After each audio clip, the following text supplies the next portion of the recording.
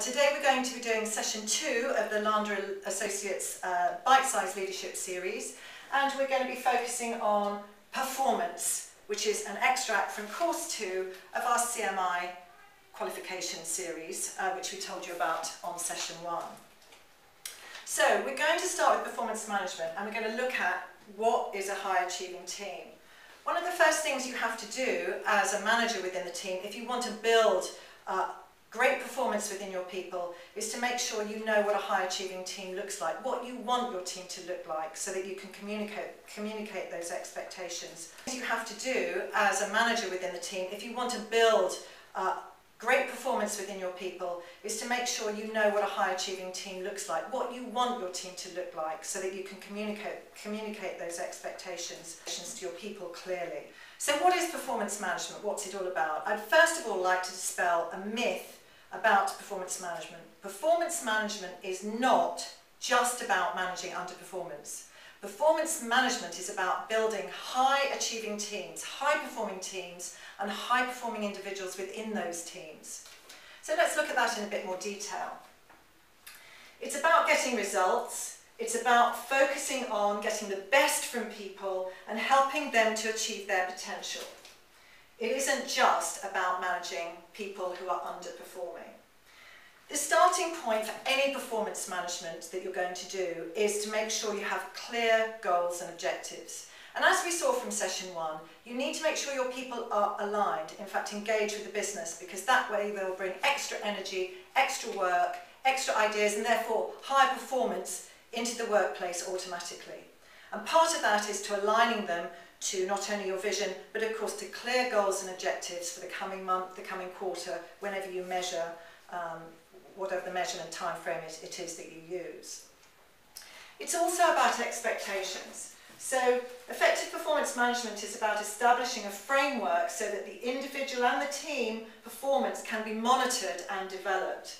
Our expectations need to be clear to other people. What is excellent performance? What does it look like? This is particularly important when you take on new starters. What do new starters aspire to do at the end of their probationary period? Now, whether their probationary period is 3 months, 6 months, however long, you need to be really clear on what you think is excellent performance at the end of that time frame, and communicate that to them when you're onboarding them right at the beginning, so they know what they're aspiring to achieve. And similarly, with your other consultants that are in your team, you need to be really clear on what excellent performance looks like. You know, what is a high achiever in your company, in your team within that company? You also need to be clear about what is poor performance. So there has to be a very clear line in the sand where they understand the difference between poor and average performance. And is average performance acceptable in your business?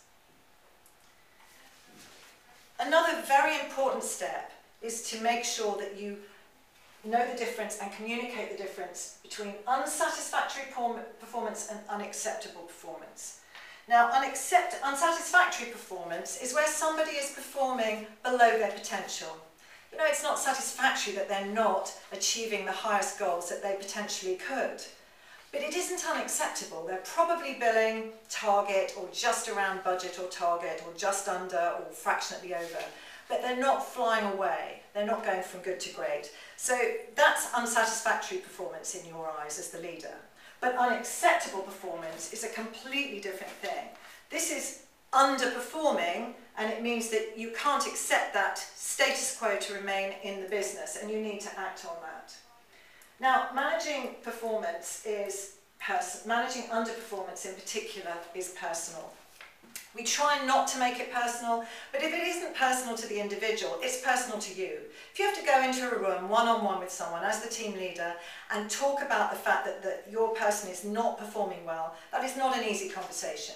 So we need to make it as easy as we can for ourselves, professional and fair, and also we need to make it as easy as possible at what we're communicating to the individual. We also need to allow them time to talk to us and tell us why they feel that they're not performing.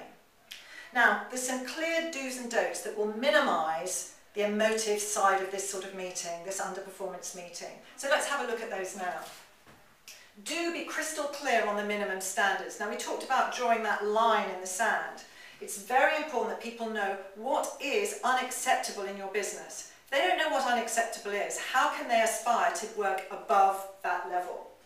Communicate these to everyone up front. People need to know where the minimum standards are in your team before you come and have the meeting with them to say that they're not meeting them. So again, talking about new starters, they'll probably have a different set of minimum standards than people that are established within your team and that have been there for a while.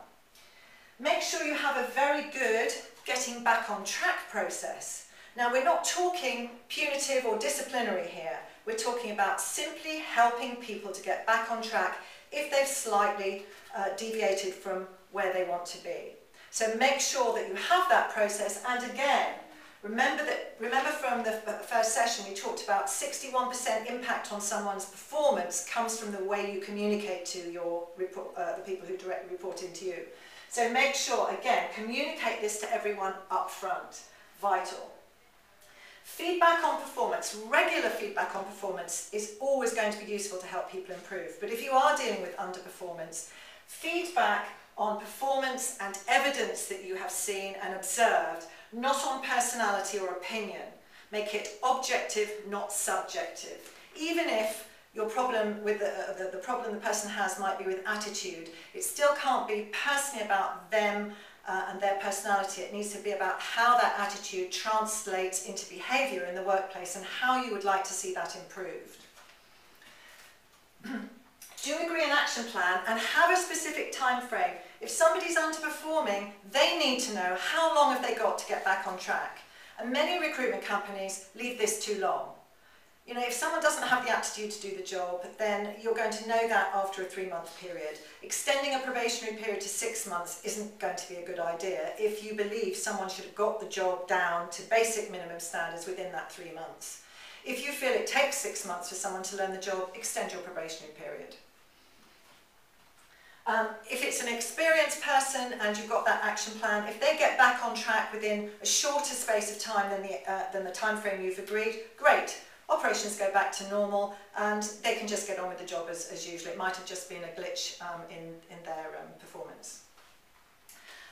Do know that you've done everything you can to create success. If somebody is underperforming, the first place you look is here. You're the leader. What have you done or not done? Have you coached them? Have you listened to them? Have you guided them? Have you given them clear goals and objectives? Have you made sure that they've had adequate training or onboarding? You have to know, I have done everything I can as a leader to make sure that this person is successful. And if they're not, two things: either they don't have the aptitude to do the job, and not everybody gets recruitment, or they need a different approach which you might want to try. Or maybe they just don't have the attitude to do the job.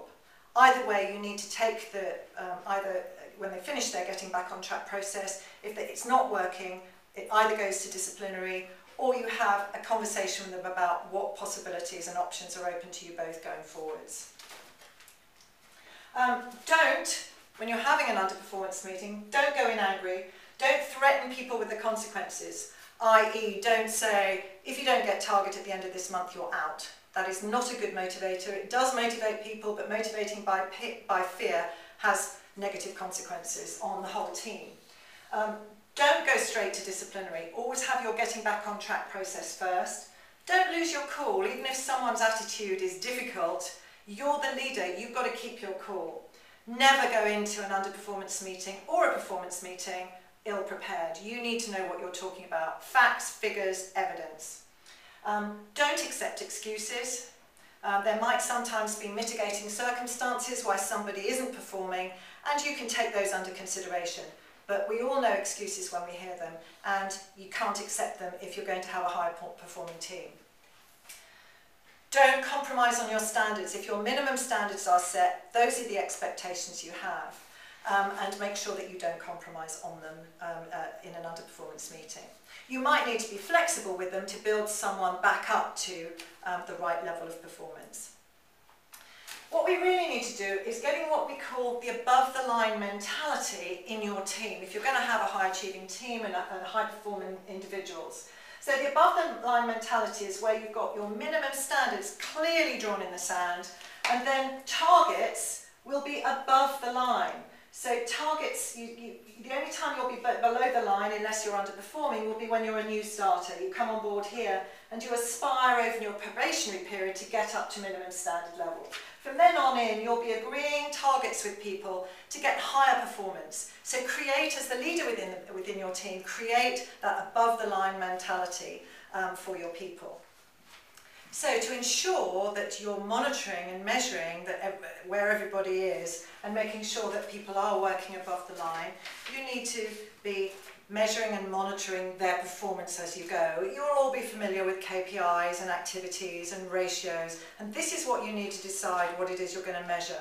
But for minimum standards, you need to know what are those measurements for minimum standards, and then you can work above the line in order to get people up to targets and to aspire to be higher performers. So it is essential that you measure the right things at the right time. So you don't want to measure things just always because that's what people have always measured in your company or in your team. Make sure you are choosing what you measure, and if you tend to measure things and monitor things, people will work harder at those areas. So if you want an increase in a particular activity, then make sure you're measuring that activity. One of the most important things about measuring and monitoring, though, is to make sure you act on the information. I've come across loads of recruitment companies over the years who do fantastic reports and produce off their software systems fantastic spreadsheets, ratios, everything that you need to know about the business in terms of KPIs and measurements. However, they do nothing with that information. So if you're not going to work with that information, you're not going to be able to use it to help your people improve their performance. So discuss the measurements that you're looking at with each individual in your one-to-one meetings. And if you're looking at team success, at your team meetings, discuss those measurements. Get people talking about them all the time in order that you can do something, so that if someone's interview to placement ratio needs to be improving, that you and that individual can come up with a plan on how to do that.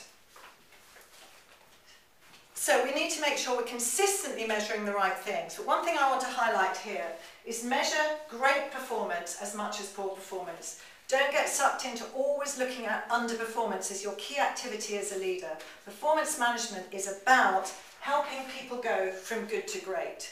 You want to spend proportionately at least as much time with your good people as you do with your underperformers, in order to get your whole team to gradually move into that good to great. You need to identify who your top performers are, what are they doing, what motivates them, what are their aspirations, and what you can do to help get them to reach their potential and those aspirations. Just because people are capable of getting on and doing their own thing and doing okay isn't a reason for you to not spend time with them. You really need to make sure you're spending time with your best people and going from good to great. Performance management is all about getting high-performing teams to work together as a team, to each do their individual part, but that the sum total of their performance makes them a world-class team and a winning team, which is what you're setting out to do with your team. So I hope this is helpful. There will be more in the series, the CMI Leadership series going forwards, and more work on performance management. If you have any questions from any of the team at Landra Associates, do call us 01582 791 838 or visit any of our websites. And it's been a pleasure working with you.